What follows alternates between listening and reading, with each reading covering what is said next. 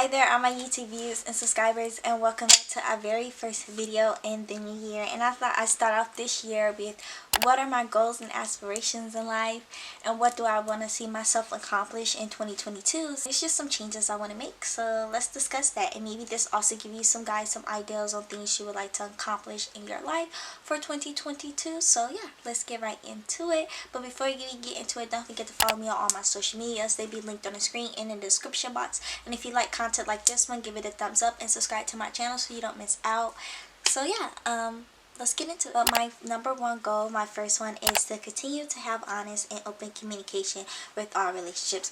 Currently, I am going through a really horrible friendship breakup, and I feel like a lot of people don't like put platonic relationships on the same level as romantic relationships, and I feel like it's great to have a balance between platonic and romantic relationships. And I think it's very important, after reflecting on like my current like friendship breakup and everything, that I do not cut off honest and open communication, because when having open communication, that means that partner or whoever you have that relations with should be able to come to you with anything, don't matter how big or little that they may seem that it is. And also, if you keep it honest at all times, they should also never feel scared. They should want to come to you, because they were like, oh, I know Asia's gonna be honest with me, she's gonna tell me the truth. Like for example, with my best friend, like when she go through stuff, I tell her my opinion, and then I be like, this is what I think, this is not what you have to do, but whatever you choose to do, I'm gonna support you by all means, regardless of how the situation go. Because at the end of the day, like, you're my friend, I'm there to support you, but it's not my job to always give you opinions. And I feel like in friendships, and especially in romantic relationships, like, we're always stating our opinions, but we forget that whether they take our advice or not, we get upset when they don't take our advice, and we start to slowly stop supporting them, because we're like, I'm not gonna keep giving you advice. But I think that's for me, when it comes down to relations, like, I want to just have it always be honest and open, like, so yeah, talk to God when I run into problems instead of social media. This has been a really huge problem of mine. I've been doing this for a really long time. I tend to run to social media about my problems instead of talking to like God about them, because like, it's kind of easy. I feel like it's easy to run to social media and talk about your problems, because other people like, girl, yeah, I know how you feel, or they can say this, that, and the third, and you hear everybody else's 2 cents. But I realize as I'm getting older, like, I don't need everybody to be in my business. It's not even about people being in my business, because if you put it out there, obviously you want people in your business. But I want this another level of kind of like privacy, and I feel like I can get that extra level of privacy that I'm looking for if I stop running to social media for my problems. Don't get me wrong, like, you can go to social media and you can say how you feel, but not like being overly explicit about what exactly the problem is. Like, I feel like if you're gonna run the social media, the problem needs to be very vague and very kind of ambiguous, to the point like nobody can really know what you're talking about. Like, and they're like, oh, like, what is she talking about? You know what I mean? But like, if I'm just expressing how I feel, and just say, oh, like, I feel sad today, like, there's nothing wrong with that. But I also feel like it's important because I want to get closer to God, and I feel like I can also get closer to God if I start doing more prayer and talking to him about my problems and asking him to help me address my problems. Because at the end of the day, I can run to as many people as I want, but I feel like when you're going to people with your problems, I feel like you're only going to people because you're looking for a certain answer. And I just feel like when I run, especially when I run to people about stuff, I'm looking for them to give me a certain answer so I can feel validated on how I feel. And I feel like real people are not going to do that. Like, people who truly care about you is not going to validate how you're feeling, but they will validate and tell you what exactly you need to hear, no matter how upset, mad, or angry it's going to make you. And I just also feel like talking to God just adds the extra level of prayer, protection that I want, and the closeness that I want to get. Because I can pray to God all I want, but I don't want to keep praying to God only time I have a problem. I want to be able to talk to God just to talk to him, not because I'm running into an issue or a problem and I'm like, can you fix this? And I feel like that's something that I've done a lot in the past, only going to him and talking to him when I want things to be fixed, or when I felt like I messed up. instead of just talking to him like he is a regular person. So, yeah. 3 is to stick to my habits and routines, which include holding myself accountable. This is the big one. I really want in 2020 to stick to a routine and habits that make me healthy, that makes me grow and makes me feel proud of myself and make me feel like I have my own that girl routine. I want to be that girl, but that girl in my own version, and I feel like I cannot do that if I do not have a steady routines, and I don't have habits. And it's very important that I hold myself accountable. Like, it's okay to fail and to be in failure, because you cannot get success without failure, and I know that. But it's like when I fail, I'm like, okay, whatever, like that, it is what it is. Like, I'm not going to try to fix it, I'm not going to redo it, because if I fail once, I want to keep continuously failing. But in order for me to get success, I have to keep having multiple failures, because that's what's going to make my success, and that's what's going to make my success different from somebody else's success. So that's just how I feel about it. Like when I'm away at school, I have really good habits and I have really good routines, and I'm like this version that I want myself to be. But then when I'm at home, I don't follow none of these habits, I don't follow none of these routines, because I'm like in a different environment, in an environment that I can't truly be 100% myself and do things how I want, because I live with my parents, I live underneath their roof, and I have to follow the rules and their guidelines and things they want me to do and how they want me to do it. So then it interferes with how I already have my habits and routines set up, and then that's like I have to redo and change the whole process. So my goal is to find something that works, not only when I'm at school but also when I'm at home. Is to post every Sunday on my YouTube channel, because y'all know I've been a horrible YouTuber, and if y'all know, YouTube has never been something that I did for fame, to get famous off, or for clout, and all those things are nice, and it does come with this territory sometimes. I've truly done YouTube for fun, and I've always done YouTube as a hobby, and I think it's very important that I go back to my roots. I feel like when I'm not motivated to post, I don't post, and if I don't feel like posting, I don't feel like posting. But I want to get back into the habit where I used to post every Sunday, and I was excited to edit, I was excited to come up with new content, and I was just excited, to put myself out there on the internet. I feel like the old me, especially when I first started YouTube, I just used to post anything. I didn't care who was going to watch it, who was going to see it. I was just happy. I would just record, press and upload, record, press and upload. No editing, no none of that. And I just feel like over time, as more people has gotten into YouTube, and as more people has gotten fame off of YouTube and got a lot of brand deals and have this influencer behind them, I feel like a lot of people look at YouTube as a way of getting to the bag, getting an easy way, as of not having a 9-to-5 job. And like, I feel like YouTube is just providing this like false narrative of a lifestyle, because only a certain percent of YouTubers get to, live that kind of lifestyle, and that's not what I want. I just want to be able to post because I'm happy to post, and I don't want to post because I'm looking to get fame off of it. And I feel like for a little while I was falling into the trap. So I want to edit like this person and this person. Oh, I film the same content, but this person get more views. On how can I do this like this person? And I've just really been trying to, like, I want to say imitate, but I've really been more focused on what other people are doing with their channels and how they're getting so much views and likes and subscribers, and comparing it to my own channel, and it's not been a healthy mindset at all, because I don't want to compare myself to somebody else. Like, what they're doing is not really the same thing I'm doing on my channel, and where they live is not where I live, and their prices is not my prices. So it's just a lot, and I'm just going down the rabbit hole, and I feel like I've been really stagnant and feeling that way for a little bit. Strengthening my connection with God outside of only going to church. So I go to church with my boyfriend, if you guys do not know. And I started going to church with him about a year ago. Well, in May it would be a year. I went with him, like, it was like the last week of April of 2020. I've always been a person who likes going to church. I do have a church home. I'm baptized, if you guys did not know.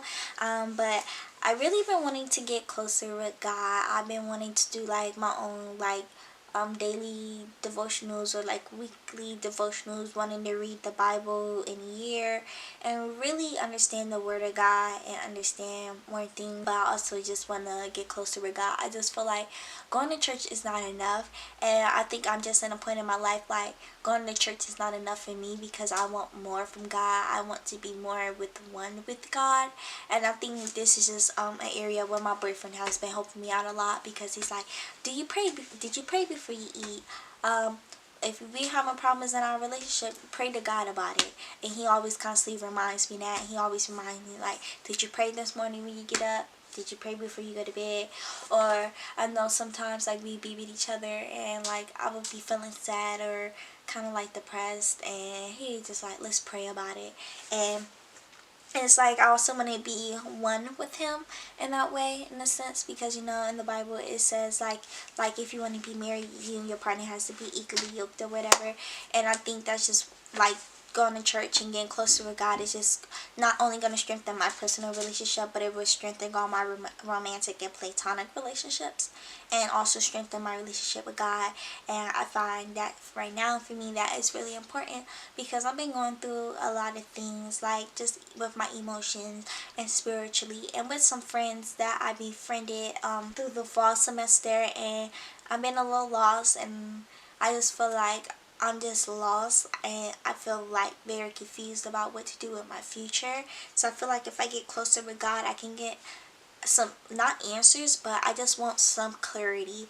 And I feel like getting closer with God and strengthening that relationships can definitely offer me a lot of clarity and can make me feel not as anxious about my future and not as emotional about people who come and disrupt my peace. So to pay off any debts I currently own and to stay debt free afterwards, but not including my student loans. So for this year, I had to take out student loans for the first time, but I think it's very important that while I'm young now and that as I get closer to being in more like full adulthood, that it's important that I start paying more attention to my finances and how I spend money. I used to just say, well, I live at home with my parents and, you know, I have time like I can spend my money how I like to spend it. But as I'm getting older and closer to this like adulthood age, like I'm currently 20 at the time I'm filming this video, but in 2022 I would be turning 21, and in the spring semester will be my junior year, and after this I'm gonna be a senior in college. So I'm really coming up on adulthood, so I really think right now it's important to pay attention to my finances so that way I can start planning about my future, about like jobs, careers, taxes, apartments, you know, things like that, things that adults have to like look forward to on a daily basis, every month and a month and a month, that never changes. So that's something that I just have to start paying attention to, and I feel like the best place to start is making sure that I'm debt free and I owe nobody any kind of money. Right now I'm not focusing on my student loans because I'm gonna have to acquire more loans for next year. So like my student loans is not my main concern right now, but my main concern is paying off any other debt that I owe, like my credit card, my car. So paying off my credit card and paying off my car, and once those things are paid off, keeping myself debt free, because once I have those things paid off and I keep it paid off, then I feel like I could focus on putting more money towards my student loans and things like looking at apartments or houses and things like that. So I think that's very important that I make sure that I'm debt free by the time I graduate college, so then that's less money I don't have to worry about adequating to in the future. I hate debt. I hate the idea of debt. I really do. Daily journal. I started journaling in 2020. It's not something that I did all the time, but I want to continue going back into journaling. This also plays with my previous goal of kind of like running to social media to talk about my goals. I mean, not my goals, but running to social media to talk about my problems, because I'm looking for some kind of validation. But I do have a journal and I do write in it. I don't write in it every single day, but when I do write in it, sometimes I like to go back and I look at my journal entries and I'm like, wow, Like, this is how I was feeling at this day, at this time. And daily journaling is something that I just want to continue doing in 2022 and actually being serious about it.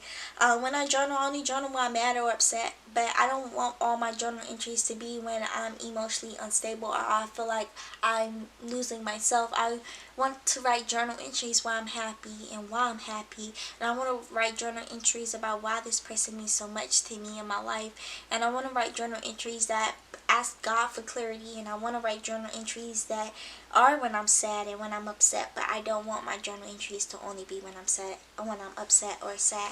I want my journal entries to show variety. I want journal entries to show me, and showing only one side of me when I'm upset and angry is only gonna make me refill those emotions, and I don't want that to be the case. I want to journal all the time, and I want to be able to journal and be like, oh my god, like I really had such a great day today. Like, this is such a good day. I did this, did a little self-care, I dabbled in this, I dabbled in that. You know, I just want to feel like I'm actually doing something, continuing to do things that make me happy. I have this really, really bad character trait, and that is I put others before myself, and I do it every single time, and every single time I do it, I end up the one being hurt. So I vow to myself that I'm gonna do things that make me happy.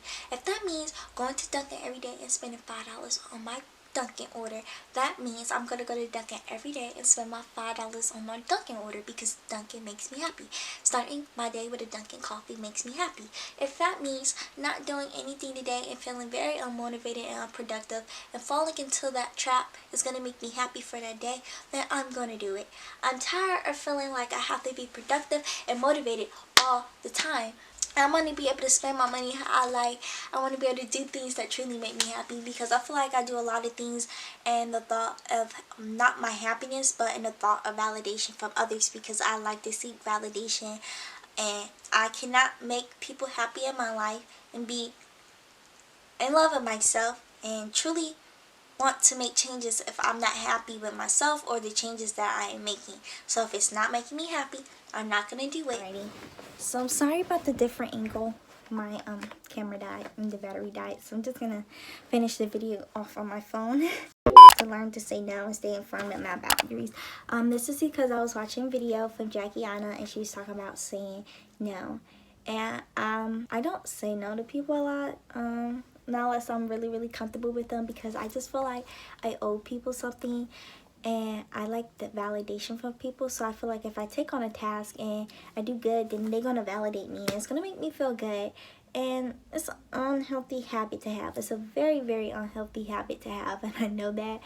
But I really do seek validation from others, and I know that about myself. So I'm gonna be saying no to people, because I say yes a lot, and I put so much extra stuff on my plate. And for what? What is the reason? Why am I doing that? Cause like it's embarrassing. Like, and then I get myself all worked up, and I'm not gonna add anything else to my plate, because there's a lot of stuff that I need to be doing for myself that I don't do for myself, because I'm constantly helping others, and I hate that about myself. Well, I don't hate that I help others, but I hate that I help others and denying myself the time that I need for myself. And I also need to be firm in my boundaries. I make boundaries, and depending on how comfortable I am with that person, who that person is, I might let them break my boundaries, because I'm like, they need me and they need my help. But then when it comes to me and the shoes on the other foot, they're like, yeah, you know, I need my own time. And it's like, you're nowhere to be found. It's crickets. The birds are chirping. Like, okay, I see how you is.